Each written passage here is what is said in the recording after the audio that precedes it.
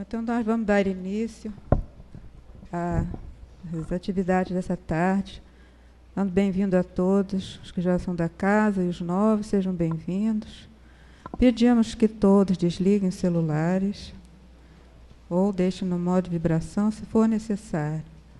Procurar nos concentrar, acender a luz, quem puder acender a luz lá para trás.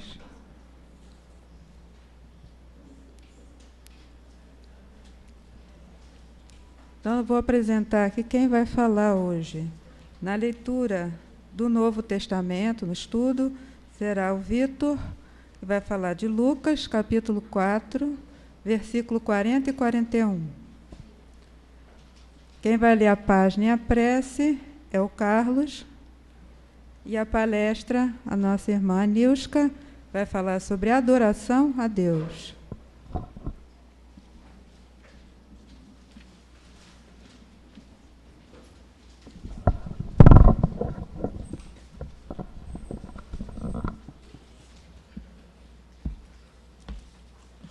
Dando prosseguimento ao estudo de Lucas, no capítulo 4, muitas outras curas. Ao pôr do sol, todos que tinham enfermos de diferentes moléstias, lhes traziam, e ele os curava, impondo as mãos sobre cada um. Também de muitos saíam demônios, gritando e dizendo: Tu és o Filho de Deus. Ele, porém, os repreendia, para que não falassem, pois sabiam ser ele o Cristo. Essa passagem vem trazendo, em resumo, a notícia de que Jesus não se deteve só naquelas curas mais conhecidas, como a mulher de Cafarnaum e a hemorroísa e tantos outros casos que vinham trazendo. Jesus, ele tinha uma obra constante. Ele, a serviço da beneficência, da boa vontade, estava sempre disposto a auxiliar a qualquer um que viesse até ele. Não precisava ser rico, não precisava ser importante, não precisava ser conhecido. Quem quer que chegasse até ele e pedisse socorro, ele auxiliava, demonstrando justamente a missão a que ele veio. Ele veio exatamente para demonstrar ao homem, o futuro. Ele veio renovar a humanidade. E só se renovaria a humanidade com a prática da caridade em si, sem distinções, sem preferências, a caridade universal, de todos para com todos. E a sua superioridade moral era tão grande que ele já praticava à sua época o que hoje nós chamamos de desobsessão. Vinham médios com problemas de obsessão gravíssimos, que eram chamados endemoniados. Hoje em dia, há outras denominações, chama-se também de loucos.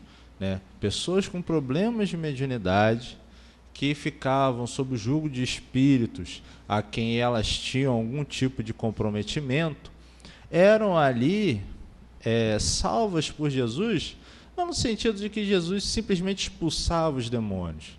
Ele não fazia evangelização somente das criaturas encarnadas. Ele colocava um fim naquela atitude que comprometia a ambos, mas é claro que aqueles irmãos desencarnados também eram evangelizados e tocados pelo seu imenso amor, que emanava naturalmente. Aonde Jesus fosse, as pessoas sentiam que as vibrações eram diferentes. E essas sensações não eram preferência de nós encarnados. Todo e qualquer espírito sentia o seu amor, sentia suas vibrações e se transformava com isso. Tanto que aqui diz, alguns demônios saíam dizendo: tu és o Filho de Deus. Seria meio estranho, imaginar que os demônios caindo para fora gritando isso. Era um reconhecimento profundo, que eles paravam e diziam, reconheciam: não, diante de você eu tenho que mudar. Você é o emissário de Deus, você é a verdade, você traz o amor em si. Então eu vou mudar, eu vou largar esse que eu estou comprometido e vou seguir meu caminho para crescer, conforme você me diz para fazer. Então, reconhecendo a autoridade moral de Jesus, é que os espíritos se afastavam daqueles que tinham compromisso com eles. Pois que Jesus fez uma jornada de amor, ele não fez uma jornada de ódio, de guerra, ele não saía em punha e jogava os espíritos longe. Não era assim, era tudo com muita doçura, era tudo com muita brandura. Jesus sempre foi muito meigo, muito gentil, tanto que dois fatos interessantes, chamava ele de Rabone, né, que seria mestrezinho, ou seja, é um diminutivo de mestre. E Jesus, quando falava de Deus, ele ainda usava, eu acho que era o Abba. Ele usava a forma que as crianças chamavam os pais. Era como Jesus falava de Deus. Era a forma como ele falava, ou seja, paizinho querido, paizinho, como as crianças mesmo chamam. Então Jesus era um ser doce por natureza. E todo esse processo de cura e de desobsessão que ele fazia, era sempre regido com muito amor e muito carinho, como ele ainda faz hoje, só não está na carne, mas continua fazendo, esperando, e todo mundo que quiser ir até ele, ele atende, pelas preces, no mínimo.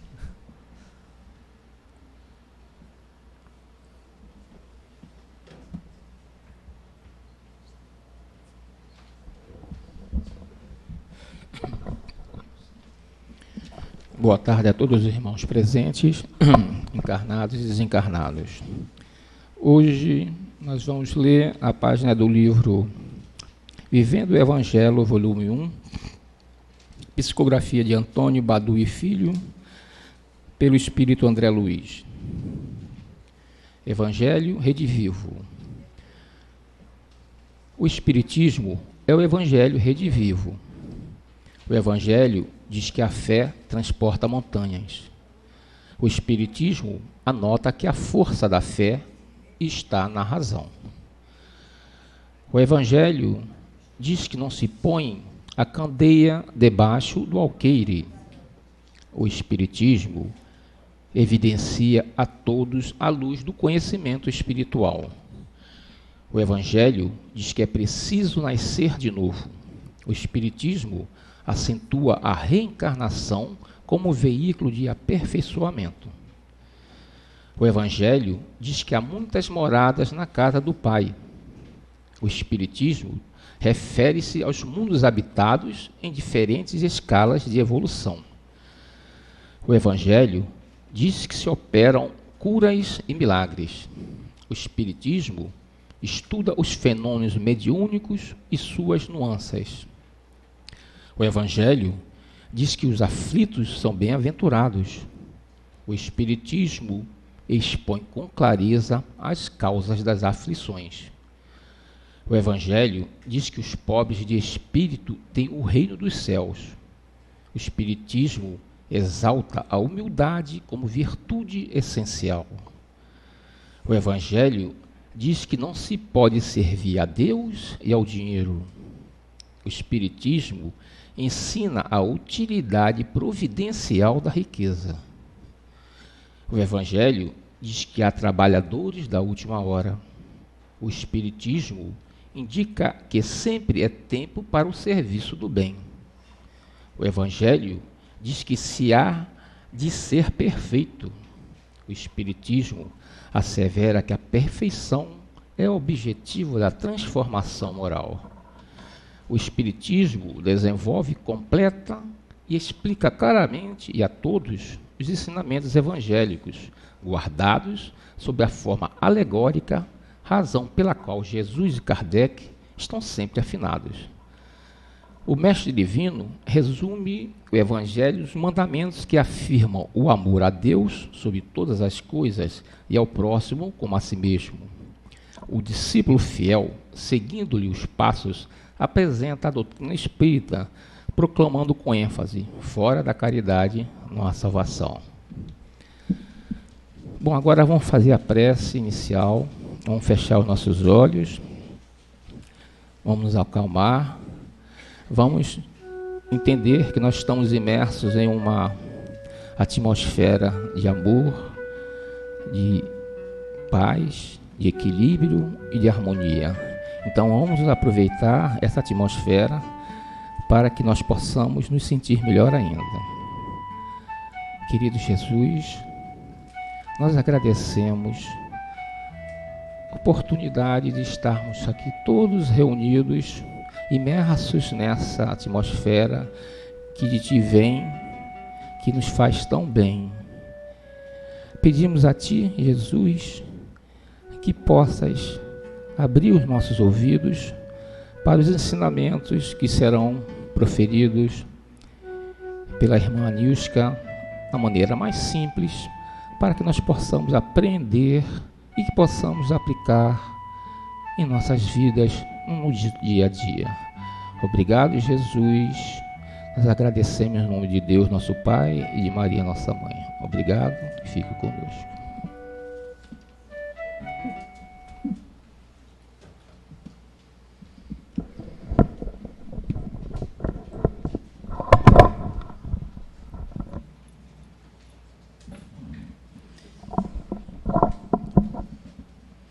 Que a paz do Mestre Jesus permaneça em nós. Dando sequência aos temas de comemoração dos 90 anos da nossa Casa Espírita, de que falávamos na semana passada, não é? E todo ano de 2011 será o ano de comemoração dos 90 anos da nossa Casa Espírita e, portanto, as palestras têm um cunho de nos fazer recordar de temas da vivência espírita para justificar a nossa, homenagear, não é, a nossa estada aqui, nos renovando através do Espiritismo. Então, os temas são em ordem alfabética. Na semana passada nós aprendemos um pouco mais sobre a abnegação.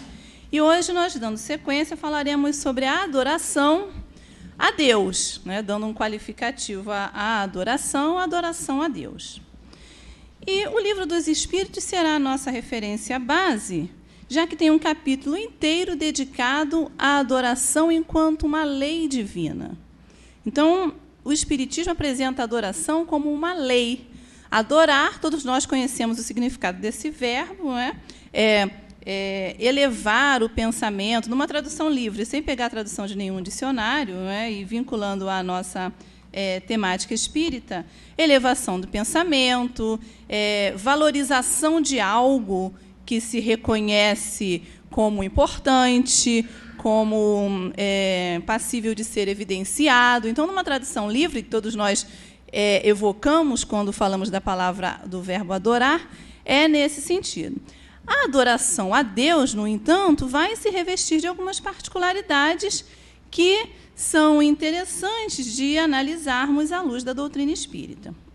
Então, como eu dizia, a adoração no Espiritismo parece com característica de lei, uma das leis da natureza, daquela subdivisão das chamadas leis morais. Porque, só para nos recordarmos, as leis da natureza são as leis divinas, as leis de Deus.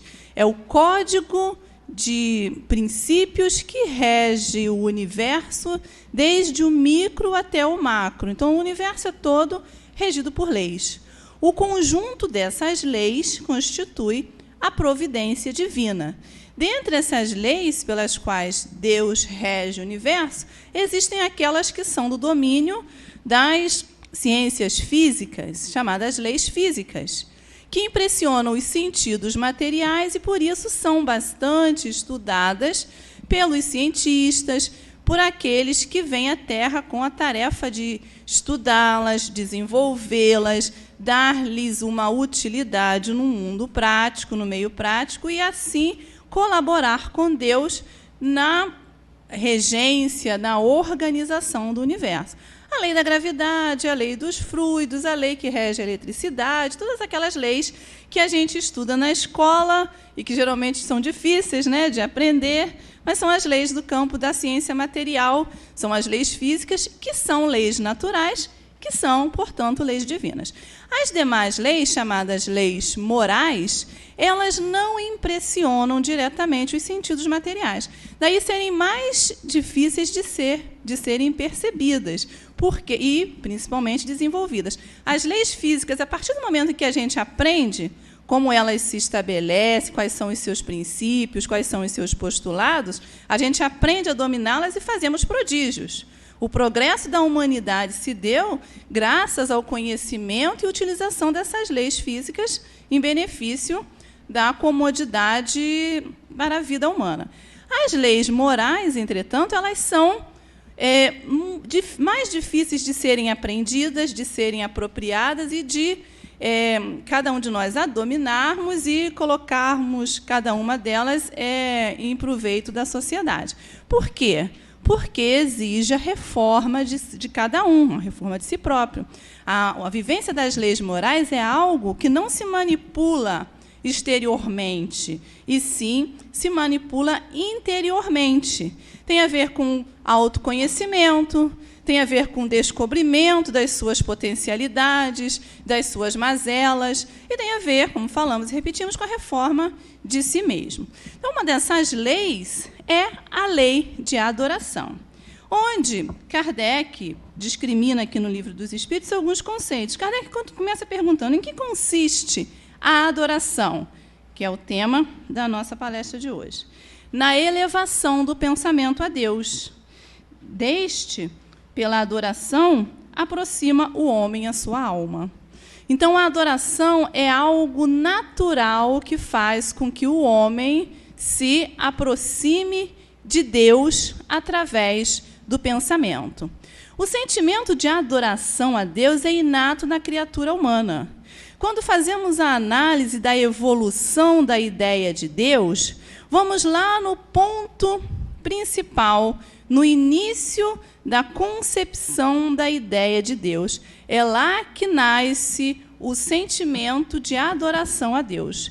Quando, por imperativo da lei de evolução, deixamos de animar os reinos inferiores da criação, passamos a adentrar o reino hominal, para o Espiritismo, não existem somente 3 reinos, a saber, o mineral, o vegetal e o animal. Isso a ciência unicista, materialista, desenvolve, grosso modo, em 3 reinos, né, considerando essa divisão mais ampla, porque existem, né, na biologia as outras divisões, mas vamos nos fixar na divisão mais geral: mineral, vegetal e animal. Para nós, os espíritas, essa divisão não contempla todas as características que viremos a discutir aqui nessa conversação, sem a pretensão de aprofundar o assunto, que não é o tema, mas, para nós, existe um 4º reino, que é o reino hominal, onde o princípio inteligente, ou o princípio espiritual, que vinha evoluindo, se ensaiando na atuação sobre a matéria nos reinos inferiores, chega ao reino hominal, onde aquele princípio inteligente ganha o status de individualidade, de espírito como sendo uma individualidade. A partir daquele momento, onde ele desenvolve alguns atributos, como a razão, que é a capacidade de diferenciar entre 2 ideias e criar uma ideia totalmente sua, totalmente nova, a capacidade de raciocinar, de pensar de maneira contínua, de exercer a sua inteligência, não de maneira instintiva e fragmentada, mas de maneira raciocinada, ganha também como atributo o discernimento, que é a capacidade de, utilizando essa razão, identificar se uma ação é boa e a outra é má, e discernir entre as consequências de uma ação boa e uma ação má, e ganha, por extensão dessa faculdade de discernir, a posse do livre-arbítrio, que é a liberdade de escolha entre uma ação e outra ação, dadas as suas consequências. Quando o espírito conquista, ele não ganha, ele conquista esses atributos, ele ganha também um atributo fundamental para caracterizá-lo como este novo reino, que faz com que a doutrina espírita o defina como um reino à parte do reino animal, embora do ponto de vista orgânico, material somente, o nosso corpo não difere, grosso modo, do corpo dos animais, mas é pela faculdade de consciência de si próprio, faculdade que vai fazer com que se desenvolva o senso moral, é que há essa diversidade que faz com que a espécie humana constitua para nós, pelo menos, um reino à parte. Então, a consciência de si é uma aquisição do espírito. Nos reinos inferiores, mesmo nos animais ditos mais inteligentes, eles não têm a consciência de si próprio. Adentrando ao reino nominal, o espírito, que agora é uma individualidade, ele ganha consciência de si. Ao ganhar a consciência de si, ele conquista, né, ganhar no sentido de conquistar, ele conquista também a consciência da existência de Deus. Então, a ideia de Deus é inata no ser humano desde a sua primeira reencarnação no reino nominal.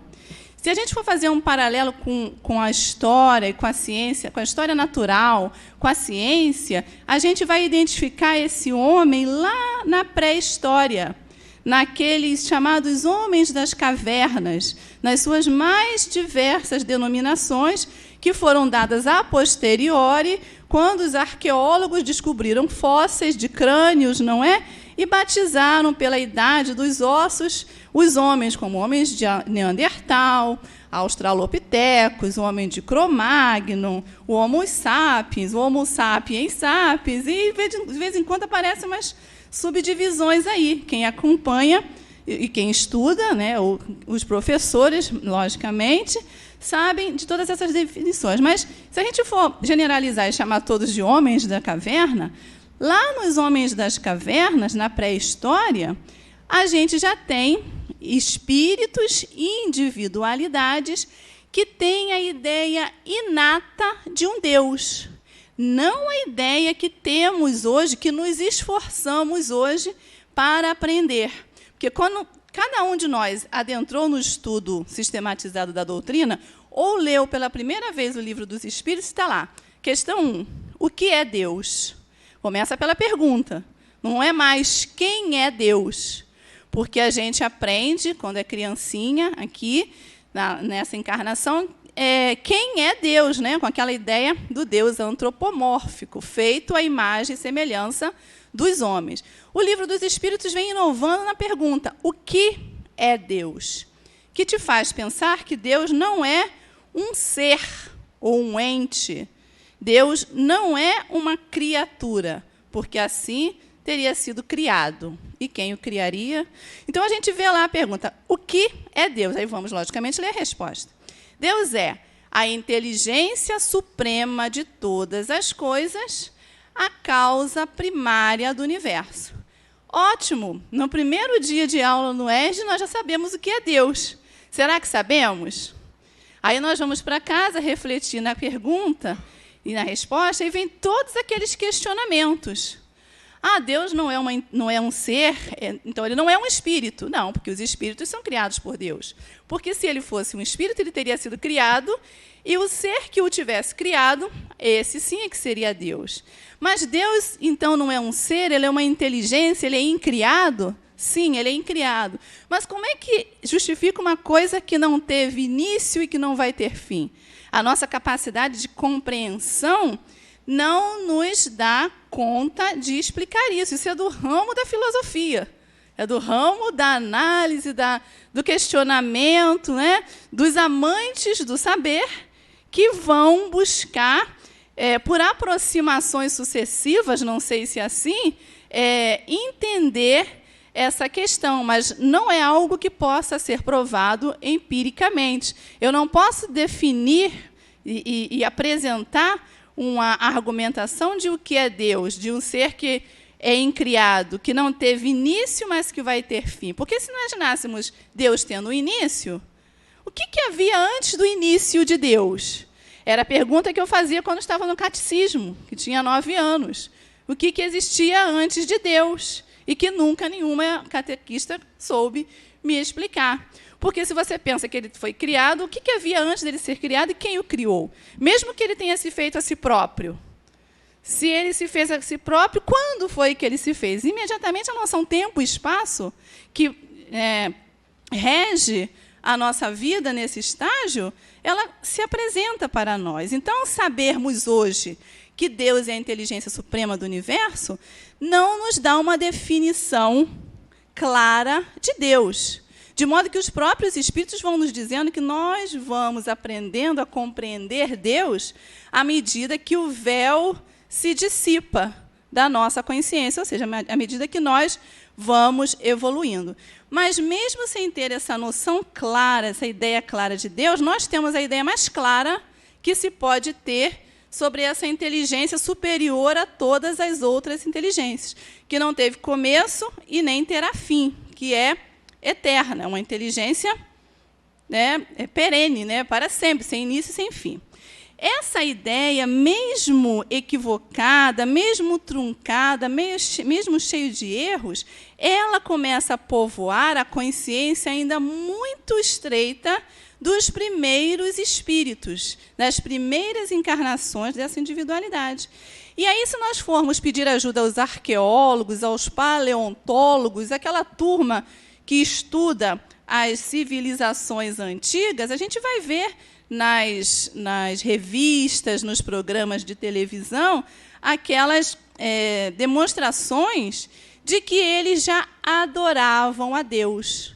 Como a Deus? Eles adoravam um ser superior a todos eles. Então, havia uma noção inata de que há um ser superior a todos aqueles que ali estão, capazes de fazer algo que ninguém mais ali faz e que, por essa razão, ele é definido como Deus. Desse lá o nome que se dá a esse Deus.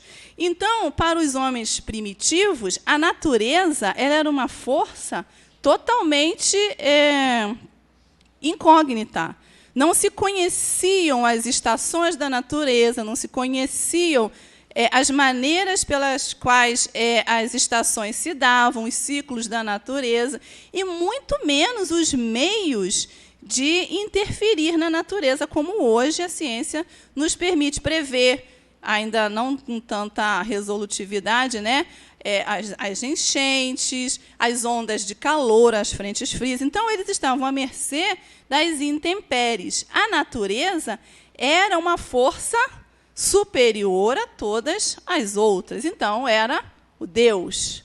Então, adorava-se a natureza, as rochas, né, pela sua imponência, por todo o desafio que causavam, eram adoradas como seres, né, entre aspas, superiores, porque desafiavam a capacidade de compreensão do homem mediano ali naquela faixa. Então, eram adorados. Não vou trazer aqui uma análise geográfica, digamos assim, nem cronológica, de como se deu a evolução da ideia de adoração de Deus. Textos mostram que o início das ideias de adoração se deu com a adoração das rochas. As rochas eram adoradas como deuses. Volta e meia encontram-se resquícios de civilizações antigas, onde aqueles totens, né, que eram blocos de areia, de pedra, esculpidos com figuras grotescas, figuras fortes, né, com expressões fortes, eram objeto de adoração como se fossem seres superiores ou representação de seres superiores aos quais a civilização adorava.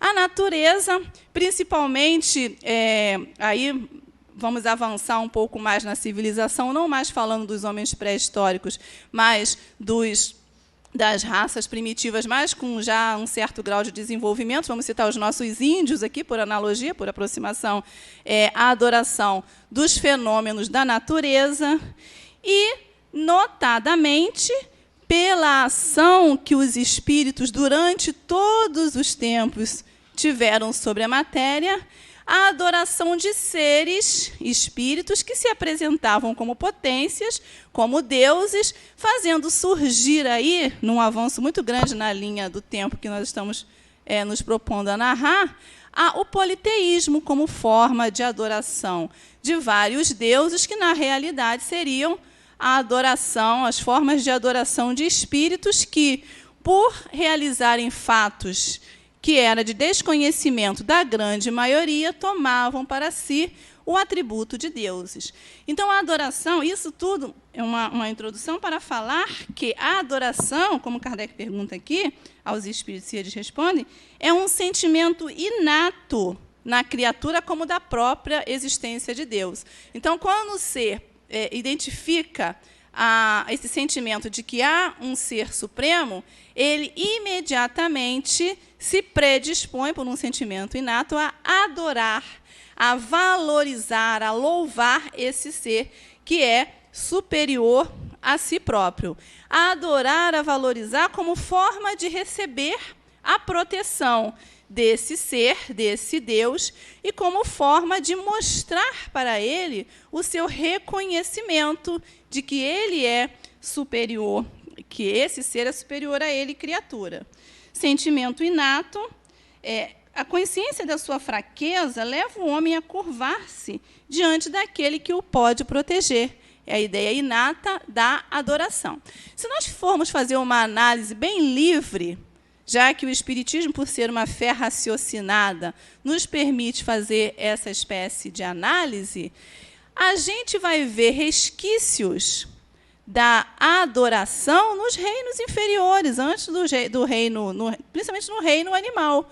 Os nossos animais, muitas vezes, quase sempre, né, vamos nos referir aos animais domésticos. Eles não têm uma espécie de, não diríamos adoração, mas uma espécie de relação próxima desse tipo conosco, dos animais que fazem tudo para agradar o seu dono, que buscam ser dóceis, carinhosos, que sentem-se protegidos ou até intimidados, próximos àqueles que são os seus donos, que eles têm uma espécie de relação. Isso seria um resquício de o que no futuro será uma lei, né, um sentimento de adoração. Então, quando se chega... A natureza não dá saltos na lei da evolução. Quando se chega ao reino hominal, essa noção que surgiu lá em forma de instinto, de ato instintivo, vai ganhar contornos de algo mais pensado, mais raciocinado no reino hominal. Então, a adoração é esse sentimento de reconhecimento da fraqueza do indivíduo diante daquele que o pode proteger. E aí Kardec pergunta, terá havido povos destituídos de todo sentimento de adoração? Não. Então, todos os povos, como falávamos, tiveram alguma espécie de rudimentos desta lei de adoração. Nunca houve povos de ateus. Todos compreendem que, acima de tudo, há um ente supremo, mesmo aqueles que se consideram hoje como ateus. Muitas vezes são por falta de coisa melhor, por falta de uma explicação clara que os permita sair dos seus sistemas, muitas vezes baseado no orgulho, da falta de humildade. Então, a adoração, que é essa lei inata que rege o universo, por ser uma das leis de Deus, ela, ao longo da civilização, ganhou contornos bem diversos, como falávamos, desde a adoração aos seres inertes, às montanhas, às rochas, até a adoração aos fenômenos da natureza, como a chuva, como o sol, como as diversas estações, passando pela adoração a fenômenos produzidos por espíritos e que, quando, na falta do significado daqueles fenômenos, levavam aqueles que observavam a considerar efeitos de um deus ou de vários deuses. Se a gente for pegar o Velho Testamento, que pega uma parte da pré-história e grande parte da história, não é? Porque, se a gente for considerar que o Velho Testamento começa com a Gênese, com a criação do universo, né, com a criação da Terra, e aí a gente vai pegar uma parte da pré-história, se quisermos fazer uma analogia entre períodos. Se a gente pegar o Velho Testamento, a gente vai ver fatos riquíssimos no campo da adoração. Me lembrei de um fato que é conhecido de todos, que fala da lei da adoração, que é a célebre passagem da expulsão de um dos irmãos, filhos de Adão e Eva, do paraíso.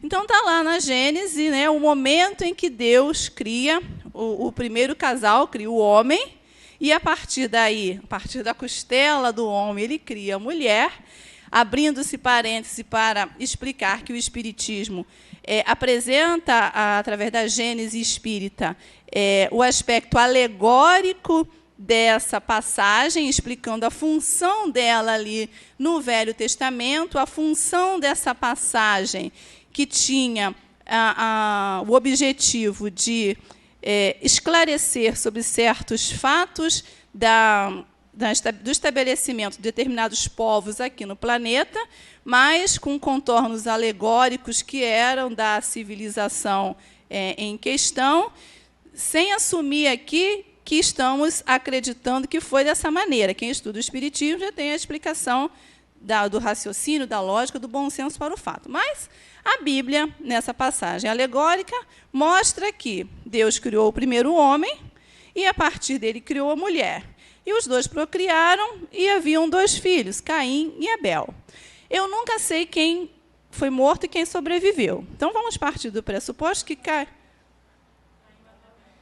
Caim sobreviveu.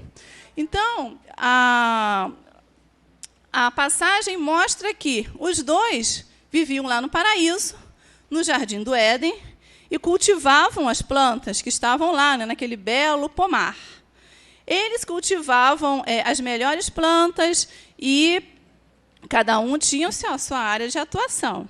A Gênese mostra essa questão. O desentendimento entre eles foi, segundo o Velho Testamento, porque Abel, que foi morto, ele tinha um sentimento inato de amor a Deus muito mais claro, muito mais puro do que o sentimento de Caim, porque ele cultivava as melhores hortaliças, as melhores plantas do seu pomar, as melhores frutas, e dava em sacrifício para adoração a Deus. Lembrem-se que, àquela época, os hebreus, né, que narram a história, né, através de Moisés, eram partidários dos sacrifícios. Sacrifícios que são uma forma de adoração. Os sacrifícios surgiram como uma forma de adoração. No início, sacrificavam-se os vegetais.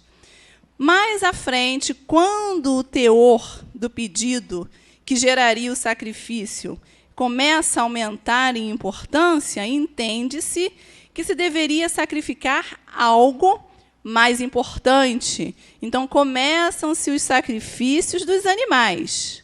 E aí, guardada esse raciocínio, o sacrifício de humanos, por ser muito mais valioso para Deus, dentro da ideia de Deus que se tinha à época, do que os sacrifícios de animais. Os sacrifícios humanos surgiram como um mecanismo de adoração a Deus, desse sentimento inato que toda criatura tem, mas proporcional ao nível de consciência que se tinha da ideia de Deus.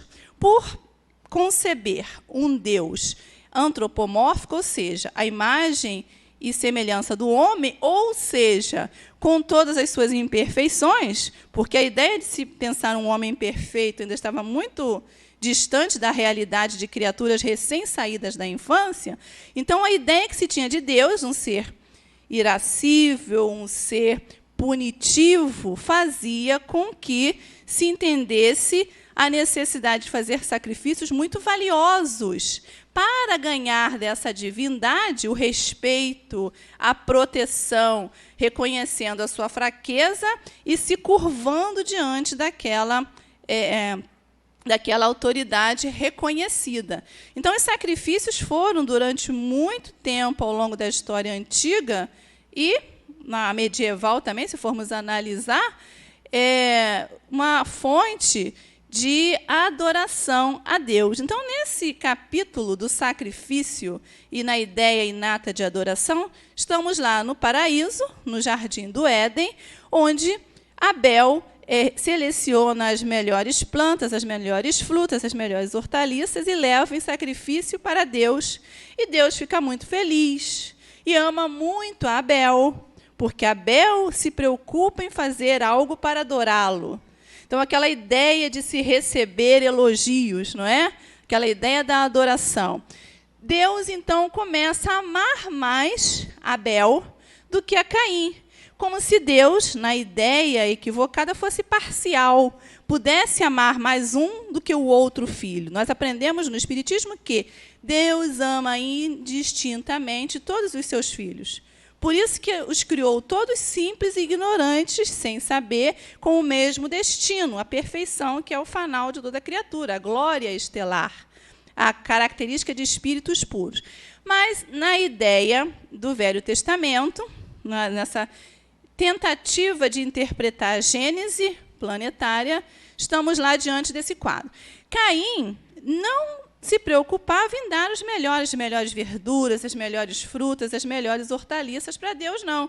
Ele dava aquilo que ele limpava da roça dele, assim, as folhinhas meio amarelas, aquelas frutas que já estavam bem maduras, que já iam começar a apodrecer.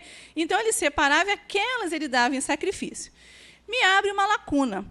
Por que Caim era tão egoísta e queria guardar tantas hortaliças que ele cultivava, se ele cultivava para a subsistência? Se no paraíso só existiam 4 pessoas, o pai dele, a mãe dele, ele e o irmão dele. Por que tanta intenção de guardar aquilo tudo? Poderia, já que havia a noção de adoração, doar tudo, produzir e doar, porque ele comeria muito pouco daquilo que ele produzia. Mas assim não era, ele dava as verduras meio, né, a xepa da feira, como se diria hoje, não é? E Deus, logicamente, parcial, com as características humanas, amava muito mais Abel do que a Caim.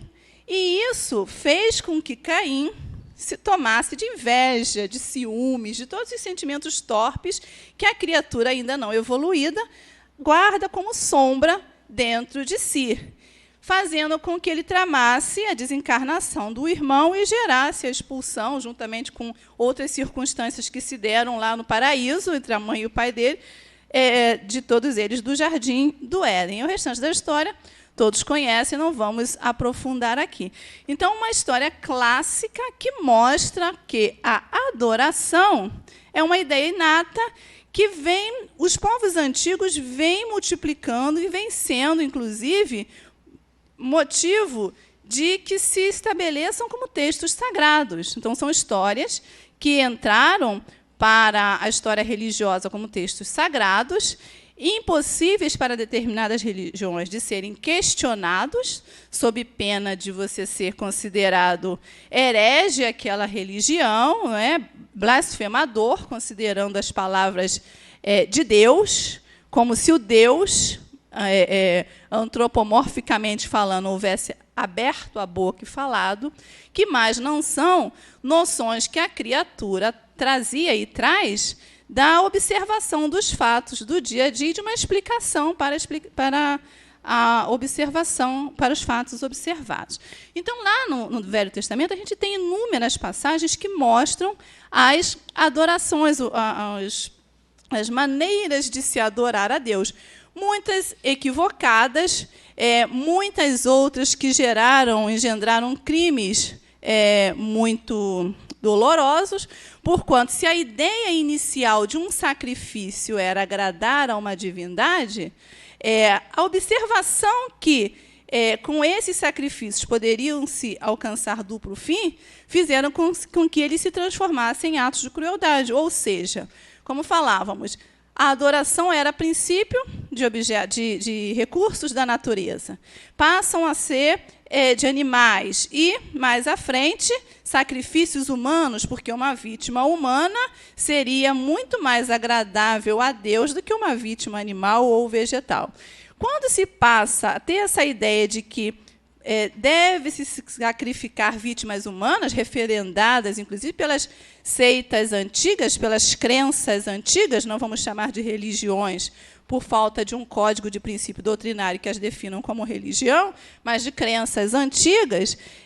Quando se começa a referendar sacrifícios humanos, abre-se um espaço imenso para se livrar de pessoas que, por conta da sua função, por conta da sua ação, eram indesejáveis num grupo. Então, vamos sacrificar quem? Aquele indivíduo que está se intrometendo nos atos que a maioria está referendando. Então, dentre as vítimas de sacrifícios humanos, muitas não foram para agradar as divindades, e sim para se libertar de pessoas que estavam ali a incomodar. Se formos adentrar pela história medieval, vamos ver os artifícios dessa forma sendo utilizados pelas religiões definidas como tais, principalmente a Igreja Católica, justificando todos os atos de atrocidade mediante a Inquisição, onde, uma maneira de guardar os princípios da religião, de falar em nome da fé católica, que era a expressão do Evangelho de Jesus, não era, mandavam-se vítimas às fogueiras das Inquisições, a princípio, por serem acusadas de atos chamados de feitiçaria, mas muito mais por questões políticas do que por mal interpretação da mediunidade que ali aflorava em todas as criaturas providencialmente. Então, os sacrifícios, com relação aos sacrifícios, Kardec aborda alguns itens que nós podemos avançar aqui em favor do que estamos falando sobre a adoração. Mas ele também faz uma separação que nós podemos explorar por ser bem interessante. A questão da adoração exterior e da adoração interior. Até agora, nós estamos analisando a sociedade do ponto de vista da história e das suas divisões, do ponto de vista também da religião e das suas divisões. Falamos do Velho Testamento, falamos do Novo Testamento. Então, a gente vê atos de adoração exterior. Durante todo esse tempo, os atos de adoração exterior foram os que mais chamaram a atenção, até porque impressionam os nossos sentidos. E aí, Kardec, com relação a isso, não poderia deixar de se posicionar. E ele pergunta, precisa de manifestações exteriores a adoração? Então, a adoração é uma lei de Deus, é inata na criatura, é um sentimento da existência de Deus. Todos os povos a têm, de uma maneira ou de outra. Mas ela precisa de manifestações exteriores? Aí os espíritos dizem que a adoração verdadeira é a do coração, entenda-se a do sentimento. Coração aqui é uma metáfora que expressa o sentimento, né? Todo mundo já entendeu isso quando se aborda o tema coração nos livros espíritas. A adoração verdadeira é a do coração.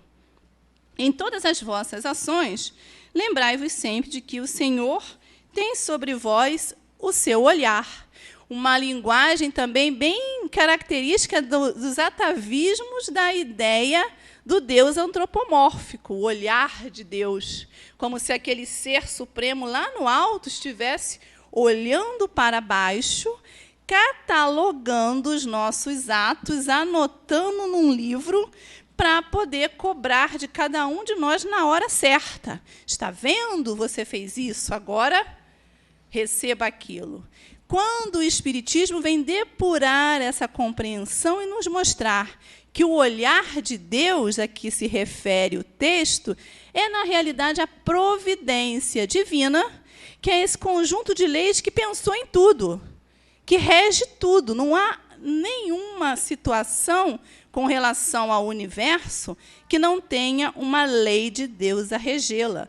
Lei perfeita que não precisará de emenda, não precisará de reforma, como as leis humanas ainda imperfeitas, volta e meia, precisam de emendas, precisam de reformas, precisam de revisão da Constituição, que é o código dessas leis. Então, o olhar de Deus é a providência divina, já que as leis regem isso que Jesus já falava. Nenhum fio de cabelo cai de sua cabeça, e nenhuma folha da árvore cai, sem que Deus não saiba. Porque as leis são tão perfeitas que regem a todos esses fenômenos que acontecem cotidianamente no universo. Então, ele usa essa explicação para mostrar que a adoração verdadeira é a do sentimento, que prescinde, que carece, que não tem necessidade de atos exteriores. E é aí que a gente entra num ponto onde o Espiritismo mudou muito a nossa vida. Vamos fazer uma análise de quem veio da Igreja Católica, ou mesmo sem ter vindo, tinha por hábito e por repetição alguns hábitos da Igreja Católica. Então, se a gente vamos pegar um ônibus, vamos observando as pessoas no ônibus. O que as pessoas fazem quando passam em frente à igreja? O sinal da cruz. A gente aprende, eu aprendi bem pequenininha, com 2, 3 anos eu sabia fazer o sinal da cruz. O simples, né? Em nome do Pai, do Filho, do Espírito Santo, amém. Eu sempre errava a mão, nunca sabia qual era a mão. E depois, quando se entra no catecismo, você aprende o mais complexo, né? Pelo sinal da Santa Cruz, livra-nos Deus, nosso Senhor, dos nossos inimigos. Já errei. Não é isso? Então, a gente aprende a fazer isso. Então, as pessoas, às vezes, passam no ônibus e o ônibus está correndo, a pessoa faz assim, toda rápida, né? O sinal da cruz. É um ato de adoração exterior. Se você perguntar à pessoa do seu lado, por que você faz isso? Porque tem que fazer o sinal da cruz quando passa na igreja. A pessoa não vai saber te dizer por quê. Não sabe por quê. Quando passa em frente ao cemitério, mais forte ainda, né? Porque o sinal da cruz que passa perto do cemitério tem que ser mais forte, né? É aquela coisa rápida várias vezes, é uma espécie de fórmula, porque você passou em frente ao cemitério. E se você pergunta à pessoa, por que você fez isso? Não, cemitério, tem que fazer o sinal da cruz. Isso é um ato de adoração exterior. Conversando, ainda agora, lembrando, às vezes a pessoa está lá, vamos pensar, você está passando de carro pela orla ali da Lagoa Rodrigo de Freitas, e você olha e vê lá em cima o Cristo Redentor. Aí a pessoa vai, o Cristo, né, faz o sinal da Santa Cruz, porque vê o Cristo. Isso é um atavismo, mesmo quem não é católico, que não vai à igreja, não é? Eu, quando era da Igreja Católica, todas as vezes que eu atravessava o salão de um lado para o outro, na frente do altar, tinha que fazer a genuflexão e o sinal da cruz. Eu, como uma boa católica, que eu era uma boa católica, eu seguia todos os sacramentos até o dia em que eu mudei de religião. Porque quando você acredita em algo, você vivencia aquilo. Então, eu, como católica, mesmo com os meus questionamentos de que as coisas não deveriam ser assim, quando eu estava ali, sob a tutela da religião, eu seguia, eu não desrespeitava. Então, se você passava na frente do altar, se passasse 1000 vezes na frente do altar, mesmo com a igreja vazia, você fazia a genuflexão e o sinal da cruz. Atos de adoração exterior. Mesmo quem não frequenta a igreja assim assiduamente, muitas vezes faz isso até por desencargo de consciência. Mas aí, como a Tamires está falando, não sabem nem por que fazem. O sinal da cruz foi uma criação dos cristãos primitivos para os seus encontros às escondidas, quando Roma perseguia os seguidores dos nazarenos, que nem de cristãos eram chamados ainda, porque só foram chamados de cristão quando Lucas sugeriu, que tal chamá-los de cristãos, já que são seguidores do Cristo? Os nazarenos, que se reuniam, muitas vezes, nas catacumbas, nos cemitérios, para despistar os soldados romanos que viviam na casa de um e outro, procurando nazarenos. Quando via uma casa de família humilde, sem muitos resquícios de toda aquela pompa e circunstância que Roma impunha e vivenciava, identificavam ali, pelas noções de compaixão, de solidariedade, prováveis nazarenos, seguidores do Nazareno. Então, era arriscado se reunir em casas de amigos seguidores do Cristo. Reuniam-se nas catacumbas, que eram lugares tranquilos, não é? Então, quando se chegava um nazareno novo, para se juntar ao grupo, para ouvir falar, né, através das narrações, das passagens de Jesus, o sinal de que ele era, a senha de que ele era um deles, era o sinal da cruz, em alusão ao mestre que morrera na cruz. Então, a igreja pega atavicamente, porque já vinha da tradição pagã dos romanos de ter sempre uma adoração exterior, com sacrifícios aos diversos deuses, Ísis, Esculápio, tantos outros, cada nome, né, dos deuses romanos. Então, para vincular a essa situação de adoração exterior que eles traziam, eles começam a associar também esses ritos a uma adoração exterior, que não serve para nada e que muitas vezes as pessoas repetem por atavismo sem entender o seu significado. Interessante e paradoxal é quando você vê espíritas que atavicamente fazem o sinal da cruz quando passam em frente a esses lugares. Que católicos façam é um direito que lhes cabe, dada a importância que dão à adoração exterior. Agora, que espíritas façam, aí já é meio estranho, embora a gente compreenda, né, pelo nível de consciência, mas é paradoxal. Andar ostentando medalhas que narram, que mostram ali determinados ícones da religião. Muitas vezes a pessoa fala, mas é uma medalha que eu ganhei antes de ser espírita, tem um valor sentimental, não vamos sair por aí catando medalha de ninguém. Mas que haja uma justificativa, que não seja porque eu sou devoto do santo tal e eu tenho que segurar o santo tal aqui no meu ombro, que é um ato de adoração exterior que não nos leva à renovação interior. Isso para não falar das demais religiões. Por exemplo, eu estava falando de um amigo que eu fiz recentemente, temos um amigo em comum, que é um senegalês, que é muçulmano, e que 5 vezes durante o dia, inclusive de madrugada, ele acorda, vira-se para Meca, debruça-se numa posição que chamaríamos, não me lembro nem mais como é que é o nome daquela posição, anatomicamente falando, e todo mundo sabe, a novela vai começar aí para mostrar como é que os muçulmanos oram, e 5 vezes ao dia ele se vira para Meca e ora barulhentamente, né, em voz alta, e acorda o seu companheiro de quarto, que, fortunadamente, tem que dividir o quarto com ele, que acorda, às vezes, todos os dias, 3 horas da manhã, para ouvir-lhe a oração numa língua que ele e o colega não conhecem, mas é um ato de devoção do muçulmano, que tem que orar 5 vezes por dia, voltado para Meca. Então, a posição de Meca está lá no GPS mental dele, e ele vai lá e faz a oração. Atos de adoração exterior. O espírita aprendeu que a adoração que vale é a adoração interior. A lei de adoração que está inata em todas as criaturas está inata em nós e ganha todo o colorido que a fé raciocinada a dá, que o bom senso que a doutrina espírita evoca lhe dá. Então, a nossa adoração é toda de atos interiores. E como é que eu expresso a minha adoração a Deus? Através dos sacrifícios, como sempre fizemos ao longo da nossa jornada evolutiva, desde que éramos homens pré-históricos, homens primitivos, até aqui.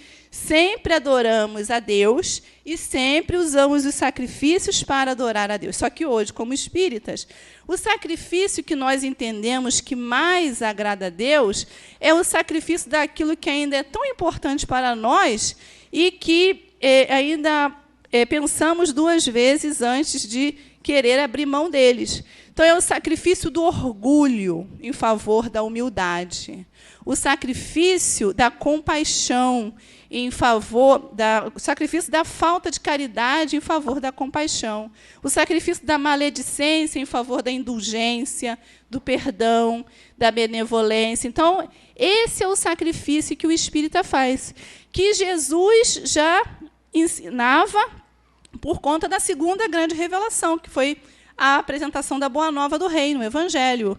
Quando fordes em direção ao altar para sacrificares a Deus, se lembrares que há algo que você traz no seu íntimo contra o seu próximo, larga a sua oferenda onde estiver.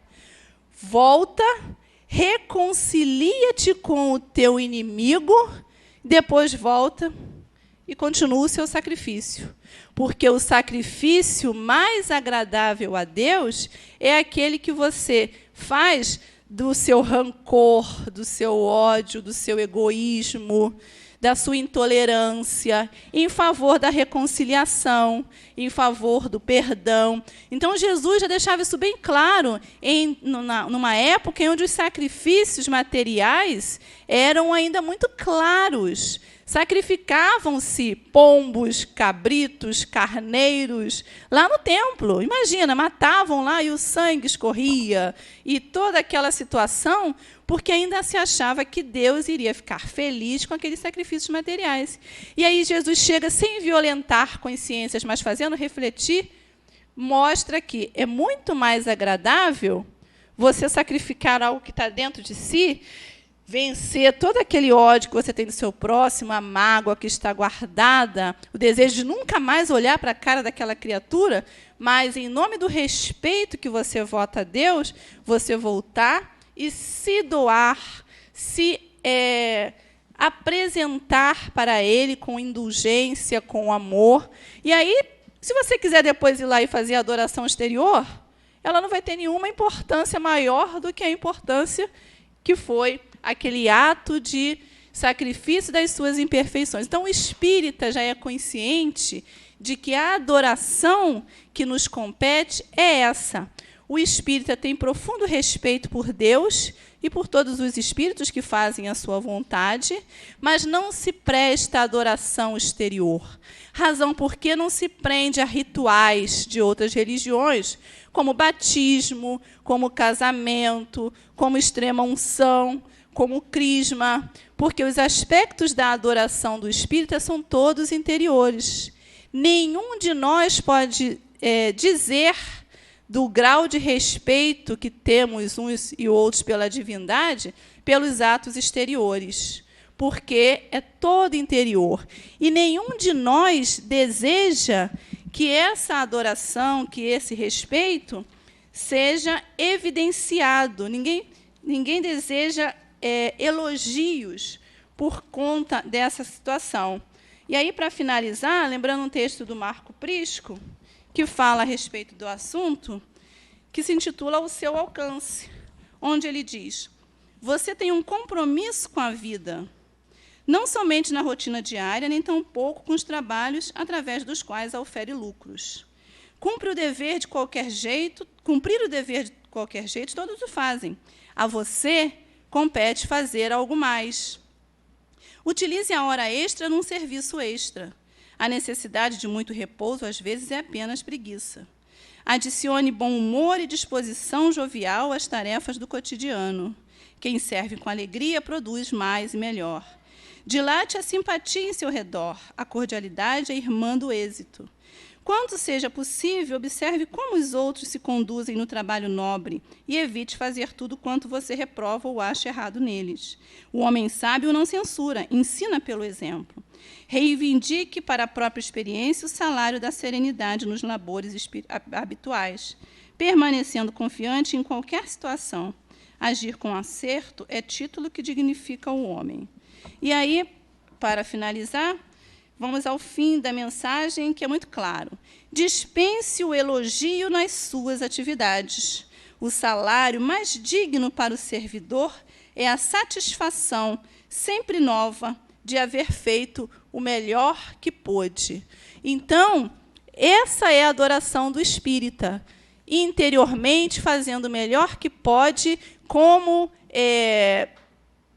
prêmio pelo ato cometido e como reconhecimento da bondade de Deus.